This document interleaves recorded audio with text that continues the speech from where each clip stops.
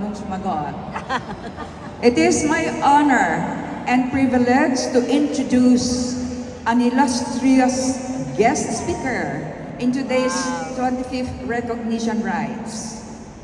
With her brilliance, outstanding achievements, and her advocacies for women and children, she is worthy of recognition herself. Her success story is guided by the saying, upang makamit ang pangarap, kailangang magsunog ng kilay.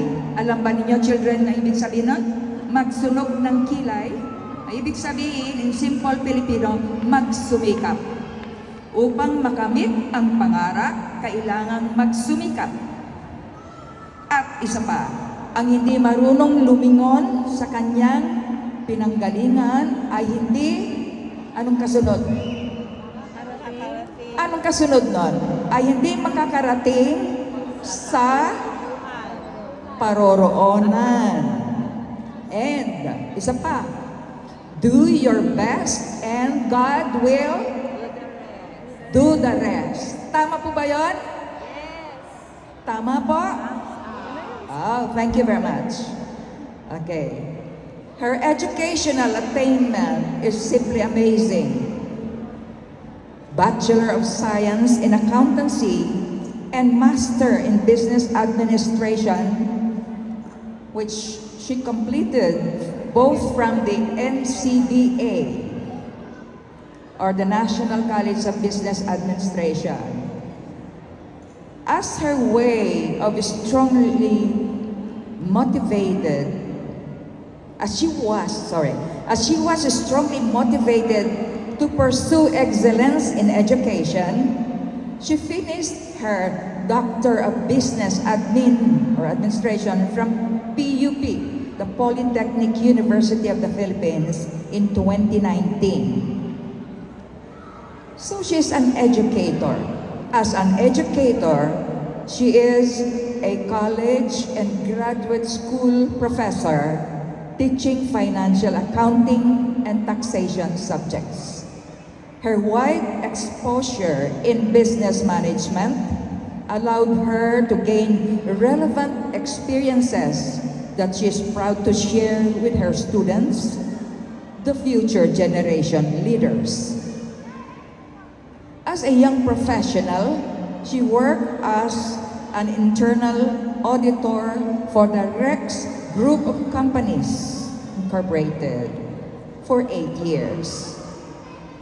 And as a business entrepreneur, she is the co-owner of the Fabellion Construction Development Corporation, where her husband, Marlon Fabellion, is the president.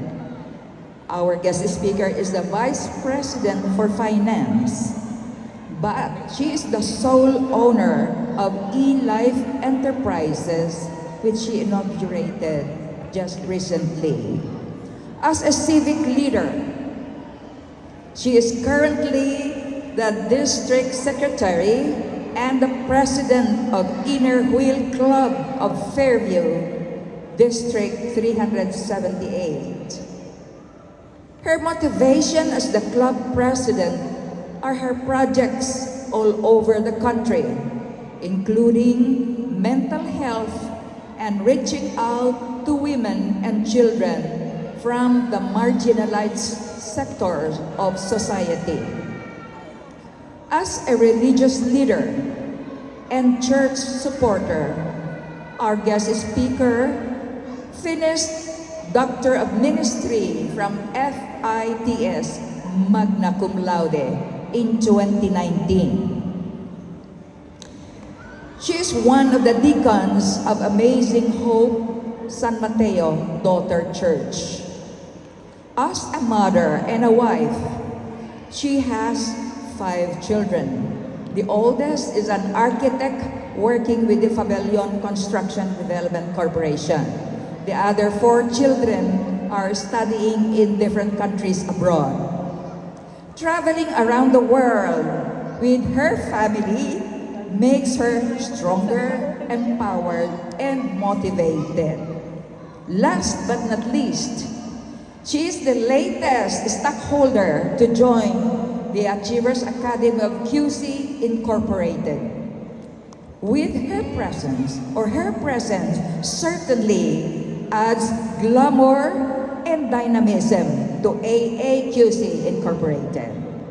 Friends, ladies and gentlemen, please help me welcome our guest speaker, Rosemary Pabellon. Let's give her a round of applause.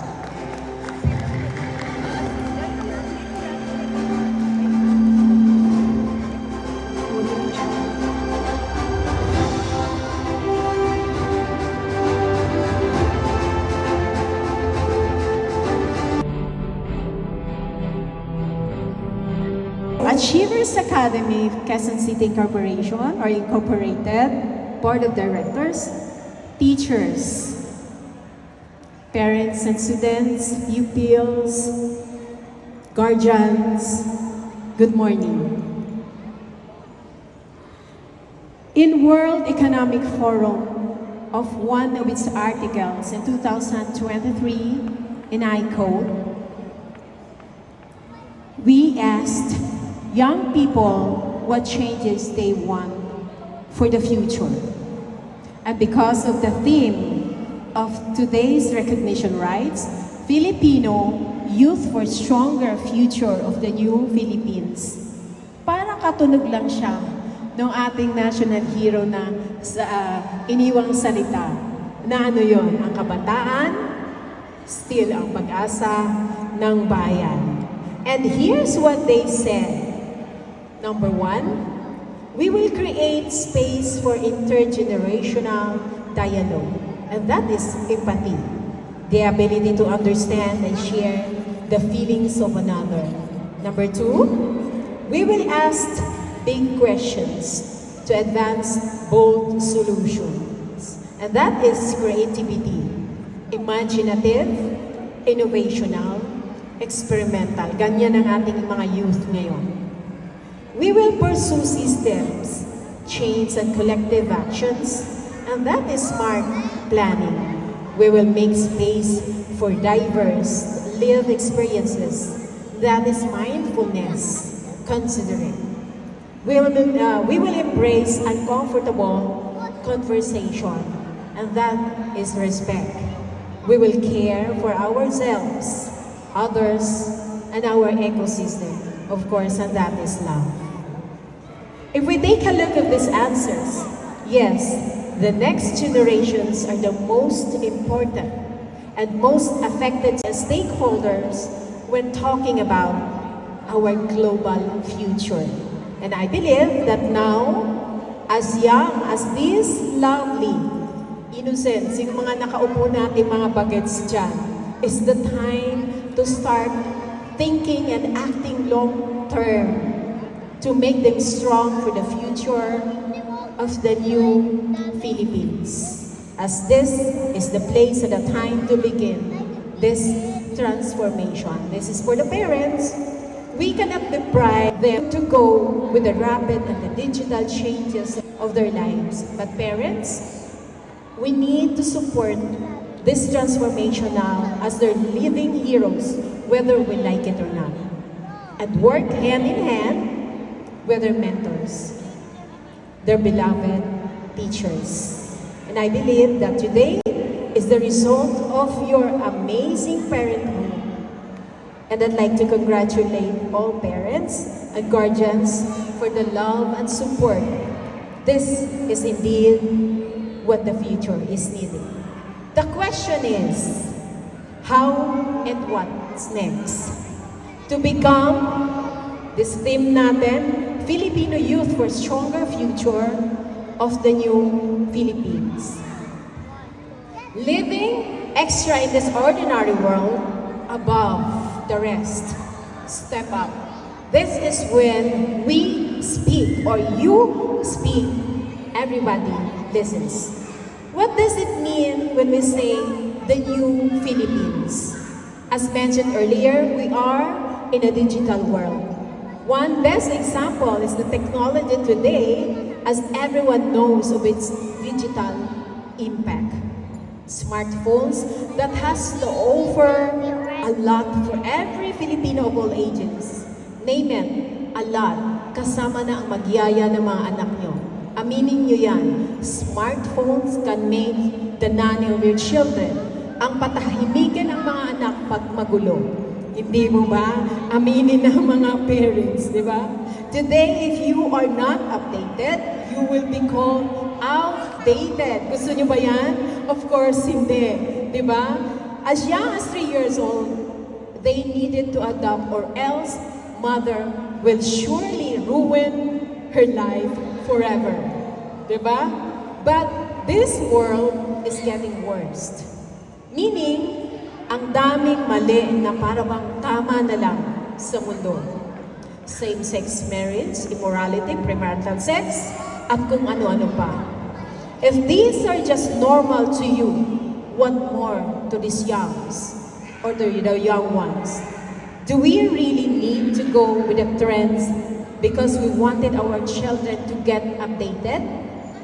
Not bad if trending is beneficial to their future. Mundo ba dapat ang mag-set ng trends? Pwede naman kaya na tayo naman mga magulang. Ikaw naman na kapatid. Tayo naman mga teachers and mentors na respected sa lipunan. I believe it's about time to rise up. It's about time to take control. It's about time to speak for the truth. Kasi sa panahon ngayon, OA or hindi trends ang nagsasabi ng may karangalan. Now is the time to listen to the voice that encourages you to become a good leader someday. As this theme says, magiging future, stronger. Kailangan ng bansa kasi natin stronger. And it's about time to step up. Parents, listen to this. In 1 Timothy 4:12 says, don't let anyone look down on you because you are young, but set an example for believers in speech, in conduct, in love, in faith, and in purity. Until I come, devote yourselves to the public reading of Scripture, to preaching, to teaching. Do not neglect your gift, which is given to you through prophecy when the body of the elders lay their hands on you.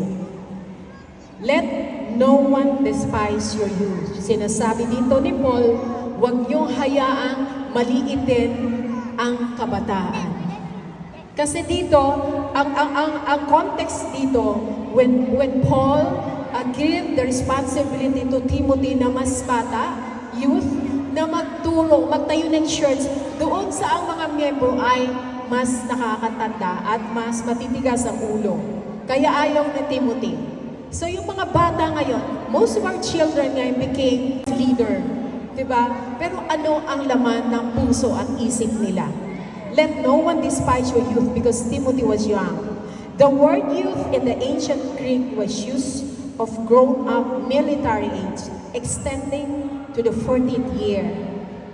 It seems that Timothy then was just in his 20s. Step up when you speak. Everyone listen. Now the question is, how to step up? Step up as model. Sino gusto dito ang mga anak nyo magiging model? Of course, marami, di ba? Ang saya kaya. So, pagiging model. You should step up. Don't let anyone look down on you. You should step up as model. People are looking for example, someone that they can admire and pattern their lives after. We, parents, teachers, na tinitingnan ng mga youngs are already model, di ba? Okay, God has called you to model para lahat sa mga kabataan. God gave us the responsibilities para alagaan o palakihin ang mga anak natin. At ano ang nakikita sa atin ng mga anak natin? Tanong, wala pa yata dito nakikita ng TikTok ng isang anak ng perfect score. Hindi po ba?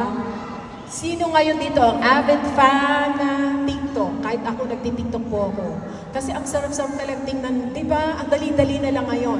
So kung dati binabayaran natin ang lahat kung paano gumawa ng video na YouTube and etc.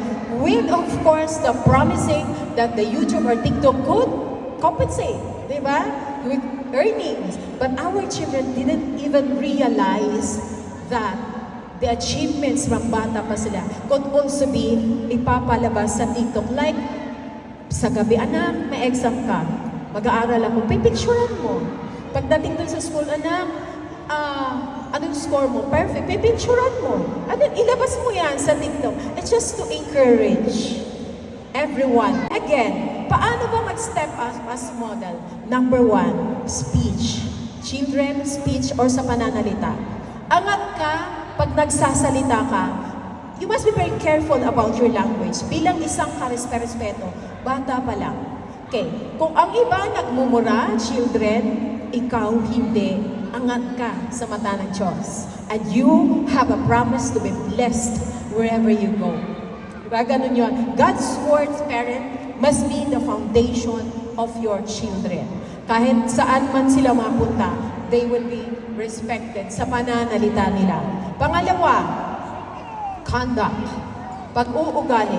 How can you be a good leader kung hindi mo nga masunod ang magulang mo na kahit malang isara ang pinto?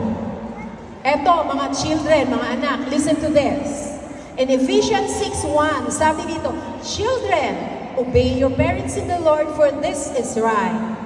Honor your father and your mother, as this is the first commandments with a promise. Sabi dito, so that it may go well with you and that you may enjoy long life on the earth. Yun pala ang sekreto.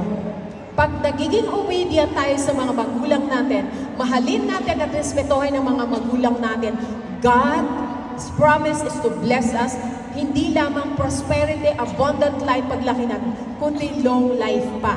Meaning you will be guided into a beautiful life and safety. Parents, tandaan nyo yan. You need to be respected by your children. Kasi pag hindi kayo karespeto, meron kayong pananagutan sa ating Panginoon. Your children has a barrier to be blessed. When in fact, their purpose kaya ay pinanganak kasi i-be-blessed. Diba? And then, pangatlo, paano mag-step up? Faith. Let your children dream to become the President of the Philippines. Why not? To become pinakamataas na isang somebody sa Pilipinas or pinakamayaman. Why not? Kasi yun yung faith niya eh. Yan ang magdadala sa kanya. Yan? Make it your goal every day to motivate yourself. Always carry hope wherever you go because hope sustains in every situation. Instill hope in the hearts and minds of your children so that in every situation, lagi nilang tatandaan, ay, naranasan ko lang to. I will look forward straight for the success kasi dito ako nagtrabaho at dito ako naghihirap para doon. Yan po ang ginawa ko ng mga kabataan pa namin. Hindi ko nga alam na mahirap kami. Ng mga bata pa. Hindi ko nga alam na hindi pala ako nag-aalmusal noon. Hindi ko nga alam na hinihimatay kami sa school ng mga kapatid ko. Kasi pumapasok kami na walang almusal para lang makaabot kami sa flag ceremony. Hindi ko alam yon. I don't bother kung hindi pumupunta ang mga magulang namin to attend all recognitions at schools. Kung saan, kahit saan kami, top-notchers kami. Pero pagdating sa recognitions, wala kaming magulang. Why? Kasi po, naglalako, nagkailangan, kahit isang tuwa. Kailangan makakain kami, hindi pwedeng mawalan ng isang araw ng trabaho. And that is faith. Nangarap ako, you know, what I have in my mind, daanan ko lang to. And I will be the best of the best someday. Nakasog lang yan. But that is faith. And God knows what's in your heart. And you parents instill it to the hearts of your children. Purity. Sabi ni Paul kay Timothy, mag-set daw siya ng example as purity. Do not rebuke an older man harshly, but exhort him as if he were your father. Treat younger men as brothers, older women as mother, and younger women as sisters. And this is the time when Paul is trying to give an instruction kay Timothy na irespeto mo yung nakakatanda kahit na leader ka. Kahit Kahit na ikaw ang teacher, mas matanda yung estudyante mo sa'yo, you need to give respect. Or kahit na ikaw bata, mas tingin mo nakakalamang ka sa teacher mo, give what is due, your respect sa mga teachers nyo, sa mga magulang nyo, kahit sa mga tao sa labas na makakasalamuhay. At yan ang magtatayo sa inyo sa paglaki nyo into a pedestal. Kasi makikilala kayo. Okay, and then last, love. An outward expression of an inner development. Dapat siya or ikaw na gusto mo, ano ba yung golden rules na do unto others what you want others will do unto you. So, ibig sabihin, if you want to feel, kung gusto mong mahalin ka, show it first. Ibig sabihin, you need to serve first if you want to be served. Yun lang naman yun in children. Kung gusto mong respetuhin ka, you need to show respect sa mga kaklase mo. Kung gusto mo naman na maging model ka, hindi mag-aral ka ng mabuti para susundan ka ng mga kaklase mo. Hindi ka ibubuli. Sa totoo lang, hindi ko alam ng mga bata kami na may bullying pala. Pero I was a victim of that bullying. But I don't care. I don't care. Ultimo teacher ko, hindi ko alam. Ngayon ko lang nalaman, ngayon ko lang na-realize when bullying and depression, anxiety is, yung talagang ini-stress ngayon. Binibigyan ngayon ng time to pero nung unang panahon, wala pong ganyan. Natural lang yon na may sakitan sa school, may ganyan. But ang mga bata noon, marunong lumaban. Why? Because the parents' discipline, hindi po telepono. Ang phone kasi, kayang sumira ng buhay ng bata. Living extra in ordinary world above the rest. Step up. How to step up and to lead something for the new Philippines? Number 1, sa speech. Number 2, conduct. Number 3, faith. Number 4, purity. And number 5, love. Because the new Philippines is looking for the leader within the person. Congratulations sa inyo lahat. At congratulations, parents.